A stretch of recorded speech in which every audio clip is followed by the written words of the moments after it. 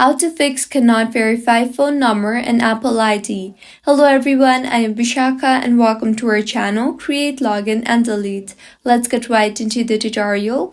In order to fix cannot verify phone number and Apple ID, launch the settings application on your device first. Tap on General and then tap on Date and Time. Toggle off the button for Set Automatically and set the time zone and date manually. Now go back to Settings and tap on Privacy and Security and then tap on Location Services. Here make sure the toggle button for Location Services is toggled on. See if the issue is fixed or not. If not, tap on General and then on Language and Region.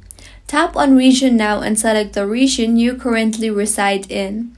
Also tap on your name banner and scroll down to the bottom and tap on Sign Out. Enter your password and tap on Turn Off. Once signed out, go ahead and sign in again and your problem should have been fixed by now. If you find this tutorial helpful, do subscribe to our channel. Thank you for staying with us until the end.